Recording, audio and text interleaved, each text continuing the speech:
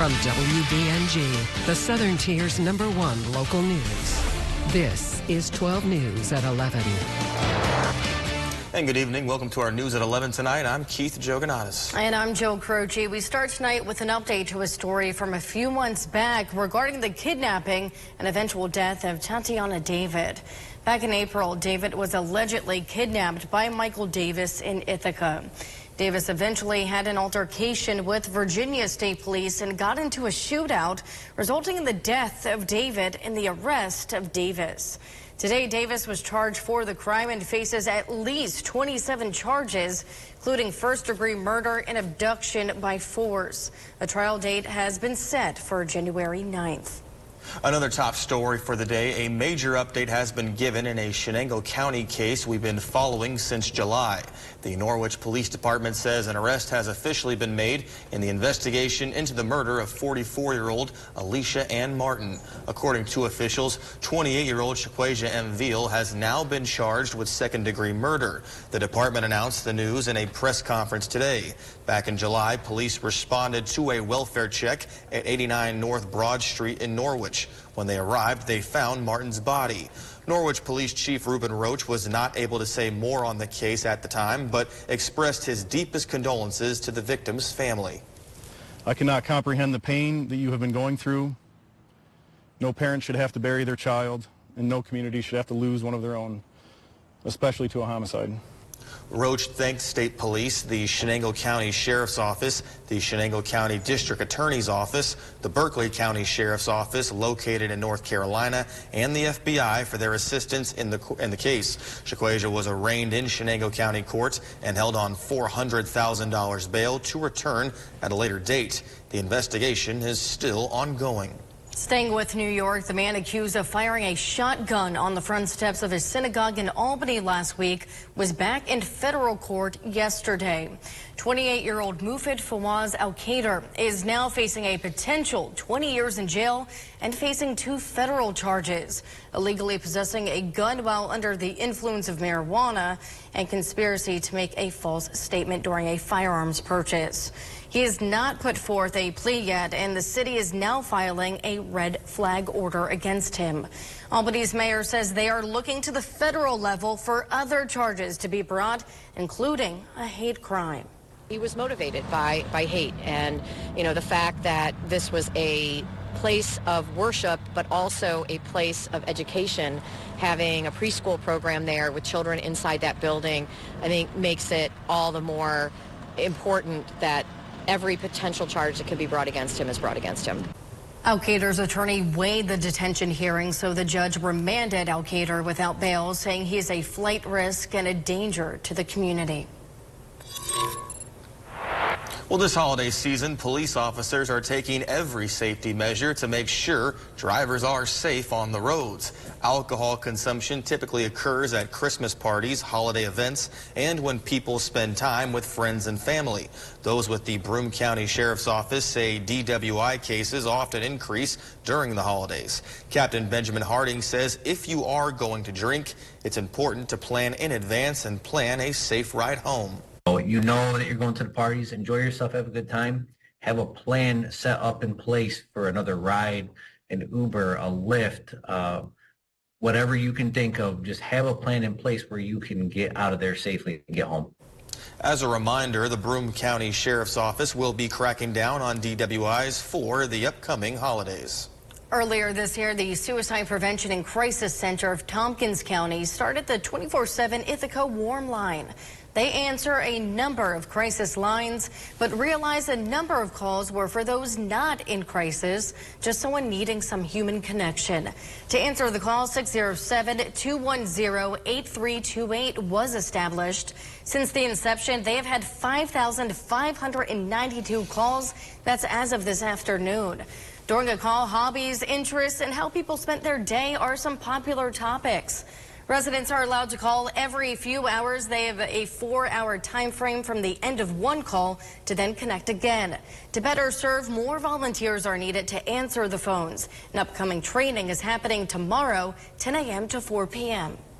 It really talks about our software systems, what it is to be a volunteer on one of our lines, and we practice some active listening skills, paraphrasing and reflecting, and how they can recognize someone if they are in heightened emotions or experiencing some sort of crisis, because we will have folks that call that line and they'll be transferred to one of our crisis lines. Blah says to expect more trainings in the future, possibly January. If interested in becoming a volunteer, helping out for 1 4-hour shift a week, fill out the form on the website, ithacacrisis.org. In other news, New York State Office of Cannabis Management adult use applications officially close Monday. The application window has been open since October 4th. It includes the cultivator, processor, distributor, retail dispensary, and micro business applications. On December 18th, the window to apply will close at 5 p.m., and the office will not consider applications submitted after. The office will then conduct a random process to determine the order of review for applications. They say the Type 3 processor license will reopen early 2024, which includes packaging, labeling, and branding due to some strong interest.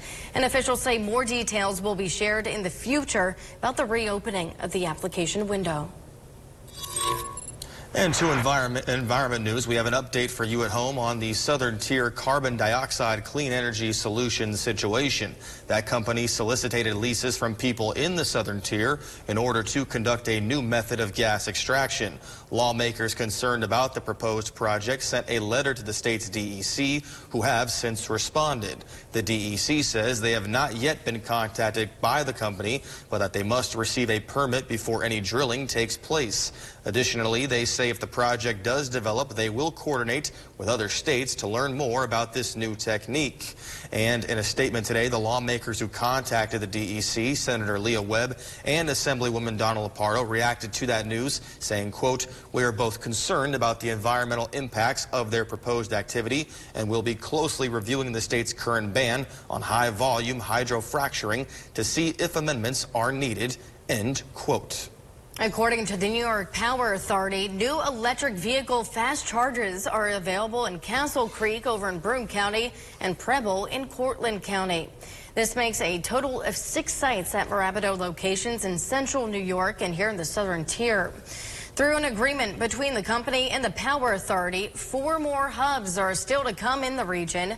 The authority says electrifying the transportation sector will help reduce greenhouse gas emissions associated with transportation and help the state reach its clean energy goals. To consumer news, and we are learning about potential risks from some lithium-ion batteries found in devices that could be on your Christmas list. U.S. officials have counted nearly 400 incidents this year involving lithium-ion batteries, including fires that have claimed the lives of more than 49 people. Reporter Elaine Quijano has more on how you can stay safe.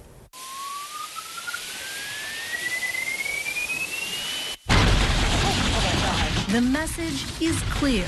If lithium-ion batteries are improperly made or used, the results can be explosive.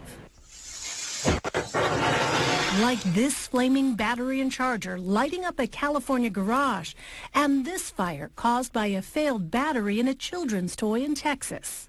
This is all evidence. Yeah, this is all evidence. You know, each one of these caused either a massive fire or a death or both.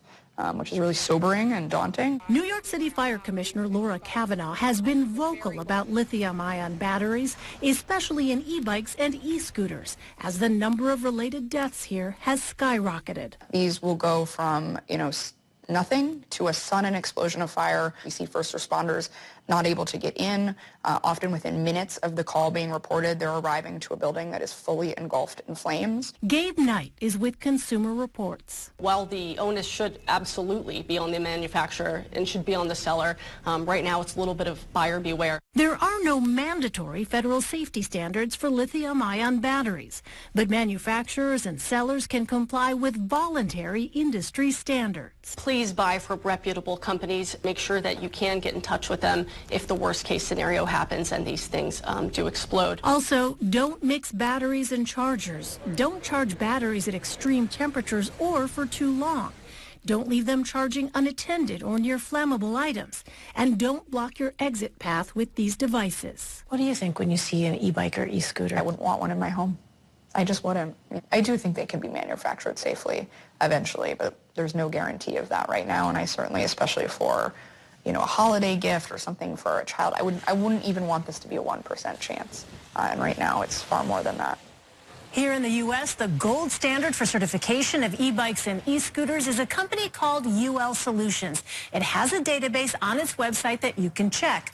Also, keep in mind you cannot just throw lithium-ion batteries in the trash because they can catch fire. Local municipalities should have information on the best way to dispose of them. Elaine Quijano, CBS News, New York. And retailers expect a spending boom for the last full weekend of in-store shopping before Christmas and as shopping deadlines close in. But when crossing items off of that child's list, experts say safety should never be overlooked. Many doctors say the ingestion of small batteries and magnets from toys is a worry in their departments. It underscores the importance of reading the labeling on toy packaging to determine whether it's age appropriate. U.S. toys must meet safety standards, but some online resellers may not have the real deal. Want to make sure that you shop with a retailer you know and trust. You're going to want to do some research on the product. Read the listing carefully. Are there typos or inconsistencies in the description or the photos? Experts also say once the gifts are open, immediately throw out plastic wrappings or other packaging on toys before they can become dangerous.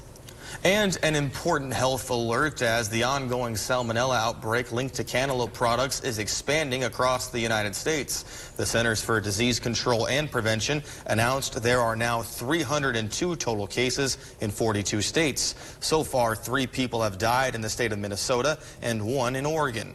Canada has also reported 153 cases with 6 deaths, according to the CDC and the Public Health Agency of Canada.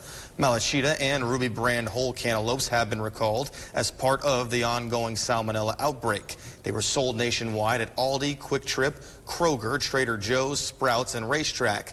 The CDC is also warning not to eat pre-cut cantaloupe if you are unfamiliar with the brand. And coming up on 12 News at 11, ahead of the Iowa caucuses, new campaign ads are out and about. We have more on the strategies behind this visual medium. The full report is just ahead, so don't go anywhere. Stay with us at 12 News at 11.